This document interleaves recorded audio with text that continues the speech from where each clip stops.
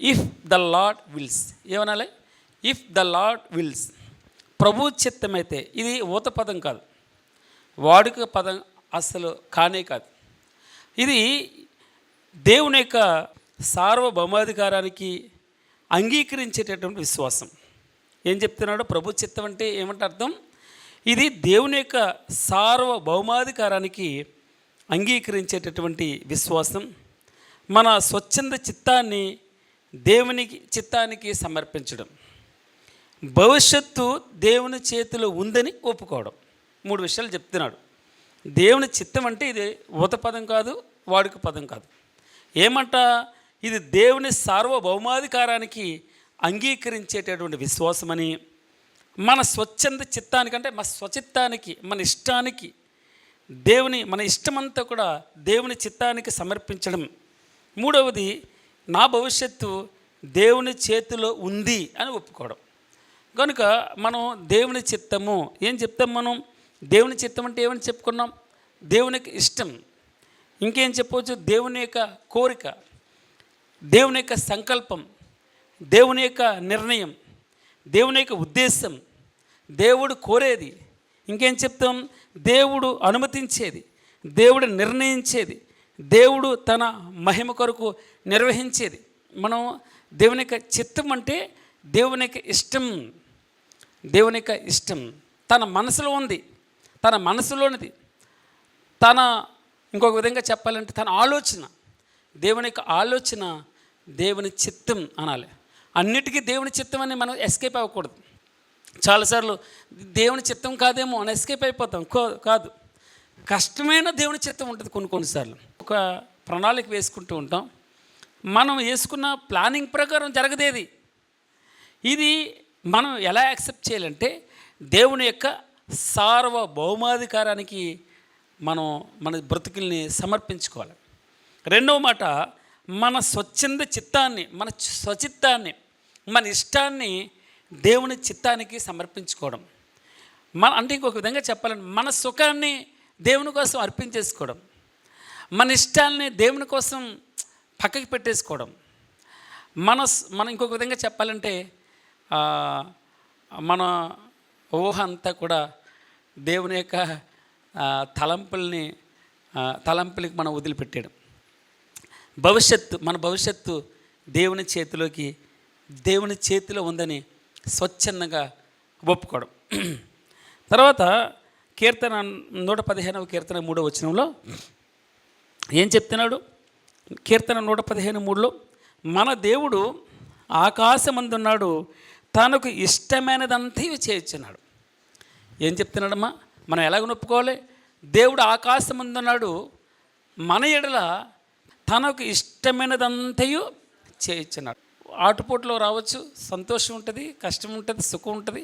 ఇవన్నీ కూడా దేవుని యొక్క ప్రణాళికలో ఉన్నవి అని మనం ఆలోచించాలి. ప్రతిదీ సాతానికి లింక్ పెట్టి మనం ఎస్కేప్ అవ్వకూడదు. కనుక దైవ చిత్తానికి, సార్వభౌమాధికారానికి మన బ్రతుకుని అప్పచెప్పుకోవడం. తర్వాత మన స్వచ్ఛంద చిత్తాన్ని, మన స్వచిత్తాన్ని ప్రభువుకు అప్పచెప్పడం.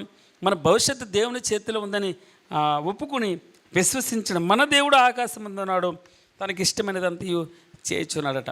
మనం ఇప్పుడే యాకోబు రాసినటువంటి పత్రిక 4వ అధ్యాయము 13, 16 చదివాం. అక్కడేమనుంది?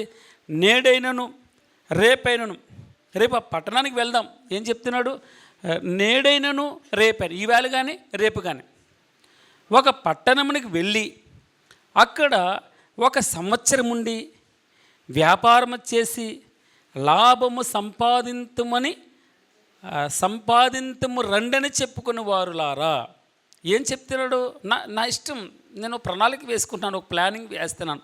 చాలా మటు మీకు ప్లాన్ ఉండాలండి, ఒక ప్రణాళిక ఉండాలండి అంటూ ఉంటారు. అలాగే నేనేం చేస్తున్నానంటే ఒక ప్రణాళిక చేస్తున్నాను. ఏమని? ఈరోజు కానీ రేపు కానీ అమెరికా వెళ్ళాలి, అమెరికా వెళ్ళి 1 సంవత్సరం ఉండాలి, 1 సంవత్సరం ఉండి చక్కని ఉద్యోగం చేయాలి, లేదా చక్కని వ్యాపారం చేయాలి, వ్యాపారం చేసి చాలా లాభం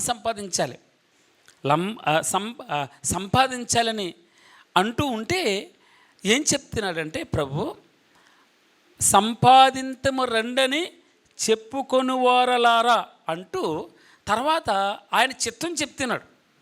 ఇప్పుడు నేనేం చేసుకున్నాను, నా చిత్తం చెప్పాను ఇక్కడ.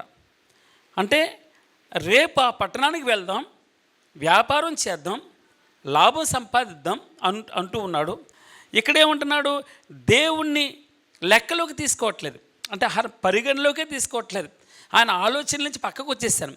రెండవది, భవిష్యత్తు నా చేతిలో ఉంది, నేను రూపుదిద్దుకోగలను, నేను మార్చుకోగలను అని అనుకుంటూ ఉన్నాను. భవిష్యత్తు నా చేతిలో ఉందని అనుకుంటూ ఉన్నాను. తర్వాత నా జీవితంపై పూర్తి నియంత్రణ నాకే ఉందని నేను భావిస్తున్నాను. నా కంట్రోల్లోనే ఉన్నాను, నేనే అధికారిని, నా చెప్పు చేతుల్లోనే నేను ఉన్నాను అని నేను అనుకుంటున్నాను. కనుక నా బలం రేపటి భవిష్యత్తు, రేపు సంవత్సరం అంతా నా చేతిలోకి తీసుకుంటున్నాను. రేపు ఏం జరగబోతుందో అది ఊహకి నేనే తీసేసుకుంటున్నాను.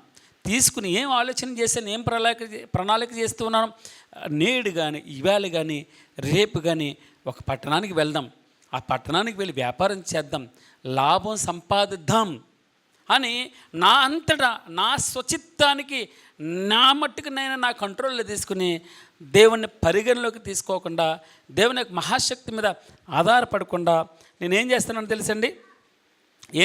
తెలుసా, నా కంట్రోల్లోకి నేనే తీసుకుని నేను అన్న అహం వచ్చింది. అక్కడ స్వార్థపూర్తికంగా ఆలోచిస్తూ నేను చేయగలను, ఐ కెన్ అని చెప్పేసి అంటూ ఉన్నాను. అయితే ప్రభు యొక్క శక్తిని మరలా మనకు చూపిస్తున్నాడు. ఏం చెప్పాడు, ఇదిగో చెప్పుకొని వారలారా, రేపేమి సంభవించునో మీకు తెలియదు, మీ జీవము ఏ పాటిది, మీరు కొంతసేపు కనబడి అంతలో మాయమైపోవు ఆవిరి వంటి వారే అన్నాడు. ఆవిరి అంటే 100 డిగ్రీ సెంటిగ్రేడ్ వచ్చిన తర్వాత వాటర్ ఏమవుతుంది, గ్యాస్ ఫామ్లోకి వస్తుంది, ఆ వేపర్ ఫామ్లోకి వస్తుంది. వేపర్ వెళ్ళి అది అంచుకు తగిలి కూల్ అవుతూ ఉంటే అది వాటర్ కింద డ్రాప్ కింద వస్తుంది. అదే కదా నేను చెప్పేది, ఆవిరి అంటే అదే కదా, ఆవిరిలా కనబడుతుంది. ఓహో ఎంత అద్భుతంగా ఉందనుకుంటున్నారు, కానీ అదేమవుతుంది, ఆవిరి వెళ్ళి చల్లని ప్రదేశం ఎప్పుడైతే తగిలిందో నీరు గారిపోతుంది, చప్పబడిపోయింది, పడిపోతుంది, పైకి ఎగురుదాం అనుకుంటుంది. అదేమవుతుంది, ఎప్పుడైతే చల్లనిదనం తగిలిందో వెంటనే ఆ ఆవిరి నీరు గారిపోతుంది అంటారే. నీరు గారిపోవడం చచ్చిపోవడం అన్నట్టు ఇంకొక విధంగా జాబ్ అయిపోయారండి. అంటే ఇంకేం లేదండి, ఓపిక లేదు, బలం లేదు, నీరు గారిపోయాడేంటి, అలసిపోయాడేంటి, ఓడిపోయాడేంటి, జావలాగా అయిపోయాడు, చచ్చిపోయాడేంటి అంటారు. అంటే దాని అర్థం ఏంటంటే, భగవంతుడు దేవుడు మనల్ని ఎలా పోలిస్తున్నాడంటే, మన స్వచిత్తానికి లేదా సొంత నిర్ణయం మీద ఆధారపడి నా చిత్తం నేను అని చేయగలనని అంటే అనేవారిని ఏమన్నాడంటే ప్రభువారు ఆవిరి వంటి వారే అన్నాడు. ఏం చెప్పాడు ఇక్కడ, అంతలో మాయమైపోవు ఆవిరి వంటి వారే అన్నాడు. గనుక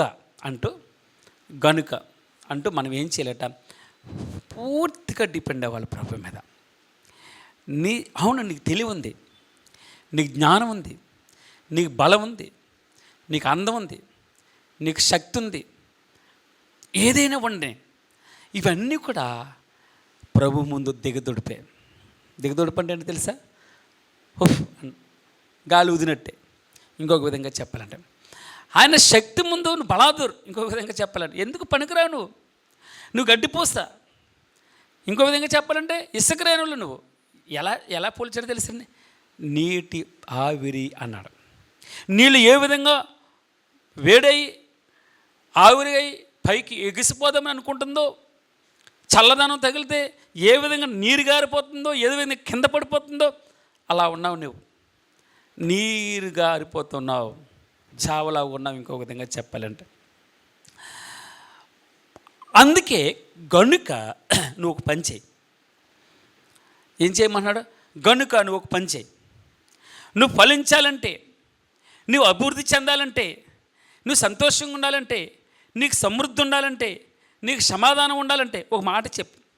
మనం ఈరోజు నుంచి ఏం చేద్దామంటే, గత వారం కూడా నేను చాలాసార్లు చెప్పాను, ఎవరన్నా ప్రార్థన చేయమని అడిగితే 2-3 నేను చెప్పాను, ఎఫ్ఫాత అనండి అని. ఈరోజు మనం ఏం చెప్పాలంటే, ప్రభు చిత్తమైతే ఏం చెప్పాలి మనం, ప్రభు చిత్తమైతే, ఇఫ్ గాడ్ విల్స్ అని అనుకుంటే ఆయన తలంచుకుంటే, ఆయన జ్ఞాపకం చేసుకుంటే, ఆయన మనల్ని పట్టించుకుంటే, ఆయన కల్పించుకుంటే ఏం చెప్పాలి మనం? దేవుని చిత్తమైతే. హల్లెలూయా చెప్పండమ్మా.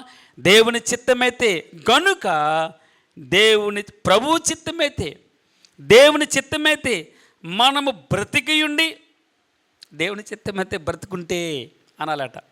దేవుని చిత్తమైతే, ప్రభు చిత్తమైతే బ్రతికియుండి, ఇది అది. అమ్మా, ఇది అది అంటే ఏంటి? మీకు అర్థమైందా? ఇది అది, కుడి చేత్తే కానీ ఎడం చేత్తే కానీ, ఎడం ప్రక్కన కానీ కుడి ప్రక్కన, ముందు కానీ వెనక కానీ, పైన కానీ కింద కానీ ఏం చేయాలన్నా ఇది అది అంటే ఇన్ఫినిట్ అని అర్థం. నువ్వేం చేయాలన్నా, నువ్వేం చేయాలనుకున్నా కూడా ఆయన చిత్తమైతే. చాలా మటుకి మనం మన జీవితాల్లో ఉద్యోగానికి వెళ్తున్నాం, ప్రయత్నం చేస్తున్నాం, వివాహం ప్రయత్నం చేస్తున్నాం, గర్భఫలాల కోసం తపన పడుతున్నారు, ఇల్లు కట్టాలని తపన పడుతున్నారు, అప్పులు తీరాలని తపన పడుతున్నారు, రకరకాలుగా ఎన్నో ఆశలు ఉంటాయి. అయితే మనం ముందు ఒక మాట చెప్పాలంట. ప్రభు చిత్తమైతే అప్పుడు ఏమవుతుందంటే, మనకి అపజయం వచ్చిన దేవుని యొక్క సార్వభౌమాధికారానికి నాకు చెప్పాను. ఇది నా చిత్తం కాదు, నా దేవుడు మనం చెప్తే, శూరుడా మహాదేవ, నీ అధిక బలము చేతను చాచిన బాహువు చేతను భూమిని ఆకాశమును అందలి సమస్తమును సృజించి ఉన్నావు. సృష్టికర్తవు నువ్వు, నీకు అసాధ్యమైనది ఏదియూ లేదు. నేను యెహోవాను, సర్వ శరీరులకు దేవుడును, నాకు అసాధ్యమైనదేదైనా గలదా? ఈరోజున ప్రభువా నీ చిత్తమైతే. కొన్నిసార్లు మనకి దొరకదు, నువ్వెంత ప్రయత్నం చేసిన అవ్వదు, మనకు ఆ కష్టం నుంచి దూరం చేయనవద్దు. ఎందుకు తెలుసా? మనల్ని ప్రభు ఎప్పుడు కూడా సంతోషంగా ఉంచాలని ఆయనకి ఇష్టం. మనల్ని ఎప్పుడు ఎల్లప్పుడూ ఆనందంగా ఉండాలని ఆయనకి ఇష్టం. అది వస్తే ఏమవుతుందో, మరలా అది వస్తే ఇంకొక బరువు ఉంటుందేమో, తాళలేమేమో, తట్టుకోలేమేమో. అందుకే ప్రభువారు ఆయన ప్రేమించేటటువంటి వారికి 8:28 ఏం చెప్తున్నాడు? ఆయన ప్రేమించేటటువంటి వారికి, ఆయన దేవుని యొక్క చిత్తానుసారంగా నీకు ఎప్పుడు ఏది కావాలో ఏం చెప్తే, రోమా 8:28 చదవండమ్మా. దేవుని ప్రేమించే వారికి అనగా ఆయన సంకల్పము చెప్పున. ఆయన సంకల్పం అంటే ఏంటి? ఆయన చిత్తము చెప్పున. చదవండి. ఆయన ఇష్టం చెప్పున, ఆయన ఇష్టము చెప్పున పిలువబడిన వారికి, మరలా పూర్తిగా చదవనమ్మా. దేవుని ప్రేమించే వారికి అనగా ఆయన సంకల్పము చెప్పున పిలువబడిన వారికి మేలు కలుగుటకై సమస్తమును సమకూడి జరుగుచున్నవని ఎరుగుదుము. దాని అర్థం ఏంటి తెలుసమ్మా? దాని అర్థం ఏంటి తెలుసా? దేవుని చిత్తములు ఉంటే ఏది ఎప్పుడు మనకు అవసరమో, ఏది ఎప్పుడు ఇస్తే సంతోషపడతామో, ఏది ఎప్పుడు ఇస్తే మనం పుష్టిగా ఉంటామో, ఏది మన బ్రతుకుల్లో జరిగితే చక్కగా ఉండగలుగుతామో, మనం తట్టుకోగలము. కొన్నిసార్లు డబ్బు ఎక్కువ వచ్చినా కూడా మనం తట్టుకోలేమమ్మా, భయం మనకి. ఒకసారి 18 లక్షలు పట్టుకొస్తానని క్యాష్. నేనేమో నా బ్యాగ్ వెనకాల ఉంది, మా దినేష్ వెనకాల ఉన్నాడు కాపలా నాకు, ఆయన బాడీ గార్డ్ నాకు. ఆదుర్దాగా వస్తున్నాం. మహా అయితే 18 లక్షలు, పెద్ద డబ్బేం కాదు అది, కోట్లు కూడా పట్టుకొస్తారు. తర్వాత వాడు నేను వచ్చిన ఫస్ట్ క్లాస్ తీసుకున్నాం, కూపే తీసుకున్నాం, మళ్ళీ ఆవిడ రాకూడదని తీసుకుని గడి పెట్టుకున్నాం. నేను నిద్రపోలే అంటే దాని అర్థం ఏంటి? 18 లక్షల రూపాయలకి నిద్ర పట్టట్లేదు మనకి. అందుకే మనకి సామర్థ్యం లేదు. ఈడు 1 కోటి రూపాయలు ఇస్తాడు, బతకడీడు, గుండాకిపోయి చచ్చిపోతాడని ఎవడు ప్రభువారు. మీకు అర్థమైందమ్మా? అందుకే మీరు ఆలోచించండి.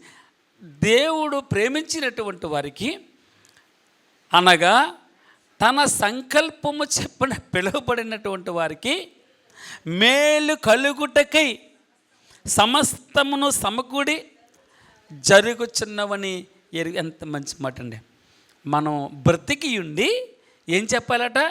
దేవుని చిత్తమైతే బ్రతికి ఉండి రేపొద్దున బ్రతికుంటే ఏం చెప్పాలట? ఇది అది ఏదైనా ఇంకొక మాట చెప్పాలి, ఏది చేయాలన్నా కూడా రేపొద్దున చేసేస్తానని అనకూడదట. క్రైస్తవుడు ఏం చెప్పాలి?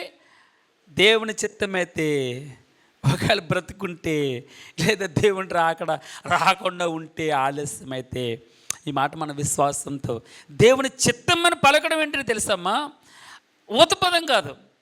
దేవుని యొక్క సార్వభౌమాధికారానికి మన బ్రతుకునప్పు చెప్పుకోవడం, మన స్వచిత్తాన్ని చంపేసుకుని ఇదిగో సజీవయాగంగా, ఎలా అమ్మా? సజీవయాగంగా ఆయనకు సమర్పించుకోవడం. బ్రతుకుండి అనగా బ్రతికుండగానే ఆయనకి మన సజీవంగా ఆయనకు అప్పు చెప్పేసుకుని యాగంగా కాలిపోవడం. ఆయన బాప్తిస్మం అంటే ఏం చెప్తాడు? బాప్తిస్మం మనకు ఆయనతో పాటు పాతి పెట్టబడ్డం, చచ్చిపోవడం అనమాట. నాకు ఆశలు చచ్చిపోయానండి. ఈ లోకం మీద నాకు ఆశలు ఏమీ లేవు. నాకు డబ్బు మీద ఆశ లేదు, వేరే వ్యామోహం ఏమీ లేదు నాకు. ఇంకా నేను ఆయనతో పాటు పాతి పెట్టబడ్డాను, ఆయనతో పాటు చచ్చిపోయాను. అప్పుడు ఆయనతో పాటు క్రీస్తుతో కూడా మీరు జీవము కలిగి ఎలాగమ్మా? ఆయన నేను పునరుద్ధానమును అన్నాడు ప్రభువారు. నేనే పునరుద్ధానమును, నా యందు విశ్వాసం ఉంచేవాడు చచ్చిపోయినా కూడా తిరిగి ఎలా లేస్తాడో తెలుసా? జీవం. జీవం. ఆయన మృత్యుంజయుడు అంటే చావనిది. అందుకే మనం అక్షయులు అన్నాడు ప్రభువారు. ఏమన్నాడు తెలిసిన? క్షయమైనటువంటి ఈ శరీరాన్ని చంపేస్తే, ఈ కోరికలు చంపుకుంటే, ఎదవ బ్రతుకని మనం అనుకుంటే, దీనికోసం ఈ బ్రతుకని అనుకుంటే మనం అక్షయులుగా, అక్షయుడు అంటే తెలుసమ్మా, నశింపనిదిగా మన ప్రభువారితో కూడా వెళ్తామట. అందుకే ప్రభువారు ఏం చెప్తున్నాడు? బ్రతికియుండి ఇది అది దేవుని చిత్తం అయితే, మరలా మనం ఊతపదం కదా ఇది జీవన విధానం అయిపోవాలి మనకి. ఇదేమవ్వాలి? జీవన విధానం. క్రైస్తవ జీవన విధానం ఏంటి తెలుసా? దేవుని చిత్తమైతే ప్రభువా, యవనస్తులు చెప్పాలి, దేవుని చిత్తమైతే అనాలి. ఏమని? దేవుని చిత్తమైతే అమ్మాయితో నాకు వివాహం అవును కాక అనాలి. నీ ఇష్టం కాదు, వ్యామోహం లష్టతో చూసి దాన్ని ఏమంటారు? ఇంకొక విధంగా చెప్పాలంటే కామంతో చూసి మోహించడం కాదు. శరీరం కాదు, శరీరం ఒడిలిపోతుంది, శరీరం ముడతలు పడుతుంది. అయినా కూడా నీవు ఆమెను ఎలా ప్రేమించాలో తెలుసా? ప్రభు ప్రేమించినట్టు ప్రేమించాలి. చూడడానికి అసహ్యంగా ఉన్నాడు, చావడానికి సిద్ధంగా ఉన్నాం. ఇంకొక విధంగా చెప్పాలంటే ఎక్కడున్నారండి? బయట పారవేయబడి ఉన్నావు. బయట పారవేయబడి రక్తంలో పొరలాడుతూ ఉన్నావు, నీచు వాసన వస్తున్నావు. బట్ట చుట్టిన వారు లేరట, ఉప్పు రాసిన వారు లేరట, నీళ్లు పోసిన వారు లేరట, చీమలు చుట్టుముట్టేశాయి. ఇంకొక విధంగా చెప్పాలంటే ఎంత దారుణంగా ఉన్నాడంటే, మనం ఇంకను పాపులుగా ఉండగానే, మనం ఇంకను శత్రువులుగా ఉండగానే, మనం ఇంకను బలహీనమైనటువంటి స్థితిలో ఉండగానే క్రీస్తు యుక్త కాలమున భక్తిహీనుడైన నా కొరకు అన్నాడు కదా, నన్ను చూచాడు, బ్రతకమని చెప్పాడు. అది లెక్క. ఆయన చూస్తూ ఉన్నాడు, బ్రతకమని చెప్తూ ఉన్నాడు. అంటే మీరు ఆలోచించండి. ఇప్పుడు మనం ఏం చెప్పాలంటే, బ్రతకమని చెప్పావు కదా ప్రభా, బ్రతికియుండి దేవుని చిత్తమైతే, ప్రభు చిత్తమైతే. ఎవరికండి? మన అధికారాన్ని ఎవరికి చెప్పాలి? ఇంటికి అధికారి ప్రభు అని రాసుకుంటాం మనం. ప్రభు చిత్తమైతే ఇది అది చేద్దామని చెప్పుకోవాలట. తర్వాత ఏం చెప్తున్నాడు యాకోబు? మనకి ఏం చెప్తున్నాడు? మీ జీవితం ఆవిరి లాంటిదని చెప్పాడు. ఆవిరి కొన్ని క్షణాల్లో మాత్రమే కనిపిస్తుంది, తర్వాత వెళ్ళిపోతుంది. అలాగే అంటూ ఏం చెప్పాడంటే, మీరు ఆలోచించండి. ఆ విధంగానే మీరు సంపద అవనవండి, సంపద డబ్బు ఆవిరైపోతుంది. అది 2 ఆరోగ్యం, ఉద్యోగం, పదవి, శక్తి కానీ ఏదైనా కూడా ఆవిరి వంటిది మాయమైపోతూ ఉంటుందండి. ఓడలు ఒక ఉదాహరణ చెప్తారు. ఓడలు బళ్ళు అవుతాయి, బళ్ళు వాడలు అవుతాయి. నువ్వు బాగా పుష్టిగా ఉన్నావు, బ్యాంక్ బ్యాలెన్స్ బాగుంది, రేపేమవుతుందో నీకు తెలియదు, రేపేమి సంభవించినో నీకు తెలియదు గనుక అన్నాడు. ఇంకొక మాట చెప్తాడు ఒక చోట, వెరివాడా ఏం చెప్తున్నాడు, ఇదిగో నేను సంపాదించుకుంటాను, కొట్లలో కూర్చుంటాను, చక్కగా కూర్చుని ఓహో ఆనందిస్తానని అనుకుంటుంది. నా ప్రాణంలో ప్రాణమా సంతోషించము, తినము, త్రాగము. వెర్రివాడా ఏం చెప్తున్నాడమ్మా ప్రభువారు, వెర్రివాడా నేడు నీ ప్రాణమును అడుగుచు. ఎక్కడికి వెళ్తే నీ సంపాదన, ఎవరు పాలవుతే, ఎవరు ఏలుకుంటారు, ఈ ఇల్లు ఎవరిది అవుతుందో, ఈ భూమి ఎవరిది అవుతుందో, ఈ ఉద్యోగం ఎవరిది అవుతుందో. చాలా మట్టుకి ఏదైనా ఉద్యోగం ఉందనుకోండి, ఆ పొజిషన్లో నువ్వు ఉన్నావు అనుకోండి, ఎలాగుంటుంది తెలుసా, అది నా సొంతం అని అన్నట్టు ఫీల్ అవుతూ ఉంటారు. ఇది నేనే ఏలుకోవాలి, ఇది ఎవరికి ఇవ్వను, నీ సొంతంగా. ఎన్ని సంవత్సరాలు ఉంటావు, 58 సంవత్సరాల తర్వాత రిటైర్ అవుతావు. ఎవరో ఒకరు దారదత్తం చేయవలసిందే. నేడైనను రేపైనను సంపాదించుకుందామని చెప్పుకునే వారులారా, రేపేమి సంభవించునో మీకు తెలియదు. ప్రభు చిత్తమైతే ఇది అది. మనిషి ప్రణాళిక, దేవుని యొక్క ప్రణాళిక వేరే వేరే విధంగా ఉంటాయి. సామెతలు 16:9 చెప్తాడు, మనిషి తన మార్గాన్ని యోచించుకుంటూ ఉంటాడట, యెహోవా తన అడుగులను స్థిరపరుస్తూ ఉంటాడట. నువ్వు ఒకటి అడుగే, ప్రభు చిత్తమైతే అని చెప్పు, అప్పుడు తప్పకుండా ఆయన అడుగులను స్థిరపరుస్తాడట. మనిషి ప్లాన్ చేస్తాడట, దేవుడు దిశను చూపిస్తాడట. సామెతలు 16:9 చెప్తున్నాడు. అలాగే యోసేపు అతని సహోదరులందరూ కూడా బానిసగా చూస్తారు, కానీ వారి యొక్క ప్లాన్ ఏంటో తెలుసండి, తొలగిద్దామనుకున్నారు. కానీ ప్రభు యొక్క ప్రణాళిక ఏంటో తెలుసండి, ఈజిప్టుని అనగా ఐగుప్తు దేశాన్ని రక్షిద్దామని, కౌరవు నుండి రక్షిద్దామని దేవుని యొక్క ప్రణాళిక. అంత మాత్రమే కాదు, ఇశ్రాయేలీల మూల పురుషులందరినీ సంరక్షించాలని దేవుని యొక్క ప్రణాళిక. వారేమనుకున్నారు, ఇతను తొలగిద్దామనుకున్నారు. కష్టం వచ్చింది, బాధ వచ్చింది, ఇరుకులు వచ్చినాయి, గొయ్యి వచ్చింది, అవమానం వచ్చింది, జైలు ఏదొచ్చినా కూడా దేవుని యొక్క ప్రణాళిక, దేవుని యొక్క చిత్తం చక్కగా కంప్లీట్ అవుతుంది. ఫుల్ఫిల్ అయ్యే వరకు ఆయన చిత్తం ద అల్టిమేట్ అన్నట్టు, ఆయన యొక్క విల్ అనేది అల్టిమేట్గా ఉంటుంది. మీరు ఆలోచించేయండి, యోసేపును తొలగిద్దామని అన్నదమ్ములు అనుకున్నారు. దేవుని యొక్క ప్రణాళిక ఏంటో తెలుసండి, ఆ ఇశ్రాయేలీల మూల పురుషులందరినీ ఎక్కడ శత్రుదేశంలో సంరక్షించాలని దేవుని యొక్క ప్రణాళిక. అందుకే 7 సంవత్సరాల కరువు వచ్చినా కూడా ఎంత అద్భుతంగా యోసేపు ద్వారా దేవుని యొక్క ప్రణాళిక. మీరు సింపుల్గా మనం ఆలోచన చేస్తే, అన్నదమ్ములు ఏమనుకున్నారు, తొలగిద్దాం అనుకున్నారు, హై చంపేద్దాం అన్నారు. రూబేను కొంచెం జాలి కల్పించాడు దేవుడు, వద్దులేరా మనతో తోడబుట్టినట్టు వాడిని చంపేస్తే ఏమొస్తుంది, పోన్లే ఒక పని చేద్దాం, అదిగో వాళ్ళు వెళ్తున్నారు కదా, వాళ్ళకి అమ్మేద్దాం. కొన్ని వెండి నాణాలకి అమ్మేశారు, బానిసకి అమ్మేశారు.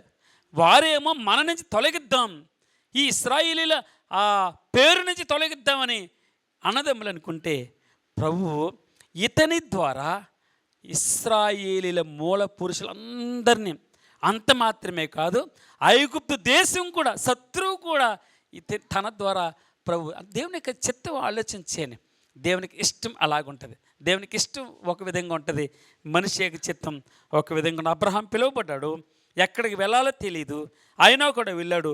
ఇది దేవుని చిత్తమని తను లోబడినట్టుగా మనం చూస్తాం. దేవునికి చిత్తానికి లోపడటం, దేవునికి ఇష్టానికి లోపడటం, అసలు ఎక్కడికి వెళ్ళాలో తెలియకుండా, ఏ ఉద్యోగం చేయాలో తెలియకుండా, ఎలాగ రేపొద్దున భవిష్యత్తు ఏమో తెలియకుండా దేవుని యొక్క చిత్తం, ఆయన చిత్తం తప్పకుండా లోపడితే, ఆయనకి ఇష్టానికి లోపడితే మనల్ని దేవుడు తప్పకుండా ఫలింపజేస్తాడు. అబ్రహాము ఈ రోజున విశ్వాసులకు తండ్రిగా మనకు కనబడుతున్నాడు. ఎవరికి తండ్రి అమ్మా? విశ్వాసులకు తండ్రిగా కనబడుతున్నాడు.